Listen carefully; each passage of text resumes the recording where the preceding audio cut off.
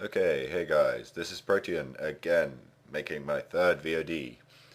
And I have a new microphone, as you can probably hear. So I want feedback on whether you like the sound quality, whether you want my voice to be louder, softer, etc. Yeah.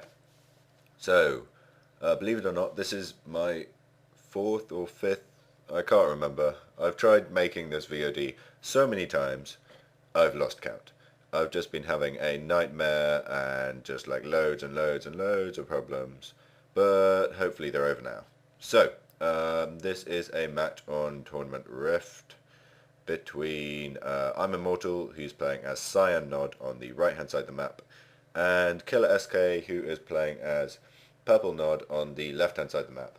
And since I've watched this 4 times so far, all of them all the way through, I can safely tell you that this is a pretty awesome game, and you guys are in for a treat.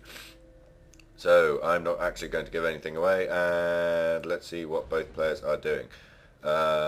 Since this is Rift, we see both players going with the standard power plant barracks build order, and then going building an engineer and a couple of scouts, although Killer has not gone for any scouts. Instead, he has just simply sold his barracks, which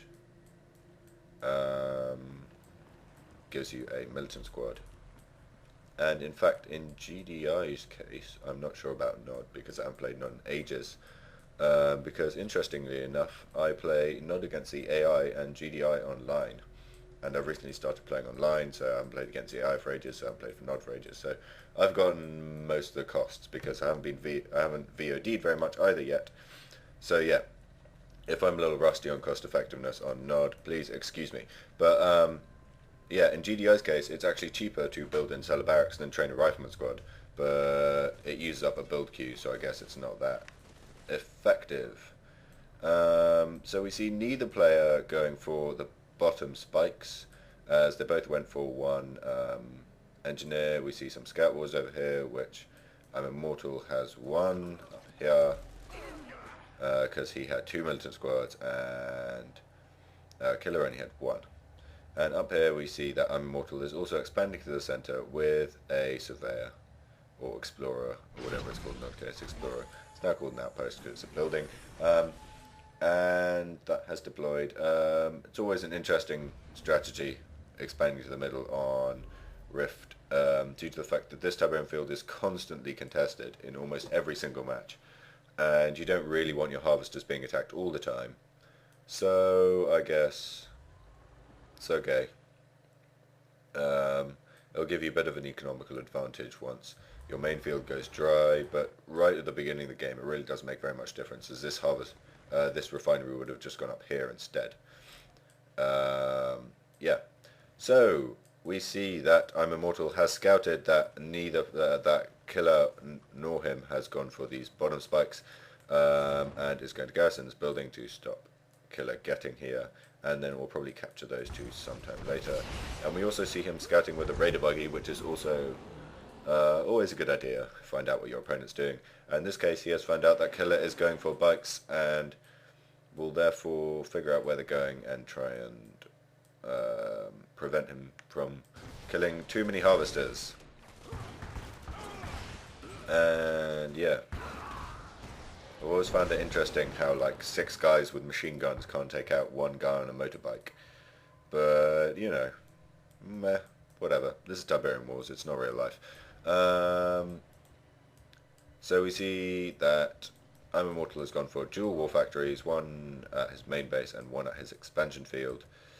And we shall see what he's building in a second. In the meantime, we're going to follow these bikes from Killer, who's coming in from the south side of Immortal's base, and is going to try and kill some harvesters. However, Immortal has noticed this and has thrown up a barracks, and by the looks of it is going to train rocket squads. They're probably the most sensible thing to do, and yes, he is indeed training rocket squads, but he was a little too late. He has 1 out, and the bikes have arrived, and they are going to do their best to kill these harvesters.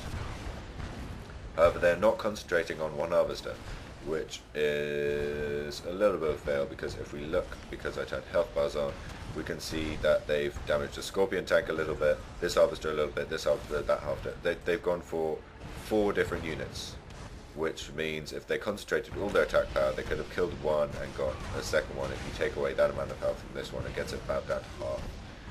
So yeah, always try and pick one Harvester and shoot it till it's dead, then pick the next one, because a bunch of half health Harvesters aren't really going to be an impediment to your opponent, but a dead one is, if you see what I mean. That wasn't very well explained, was it?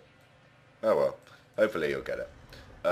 We see Killer expanding to the bottom field with refineries, which I suppose is a good idea since you get harvesters every time you make one, so it saves you time of building them from your war factory, if you will, because you always want more harvesters and refineries. I think it's something like 5 harvesters on 2 refineries is the best you're going to get without them becoming less than 100% efficient. So while I'm talking about harvesters, let's assess each player's economy. That harvester's just driving off for some reason. I think it's going to the expansion field, or is it? Anyway, no, it's... What are these doing?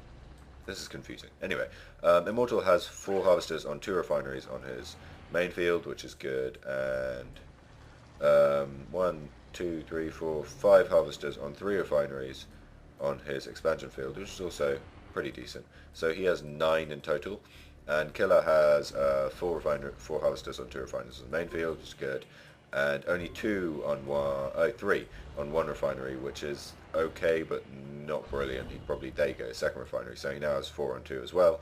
So Killer's currently 1 harvester and a couple of seconds behind, but it's not too bad. He also, oh no, they're about equal in terms of units too, but yeah, so Immortal has a 1 harvester advantage at the moment, and I'm getting a little bit lag, but it's okay. So those attack bikes are doing quite a good job of, whoa, big lag. This is not good. Yeah guys, I don't know why, but recently, like my last 2 VODs went really well, and there was no lag at all, as you saw, and then I tried to do this one, and one of the problems I had was that it was just lagging unbearably, so I had to stop, and I really don't know why. Yeah, these attack bikes are doing quite a good job of taking out these Scorpion tanks. We saw a double kill there because 2 Scorpion tanks were too close together, and the area damage on the attack bikes killed them. So, yeah.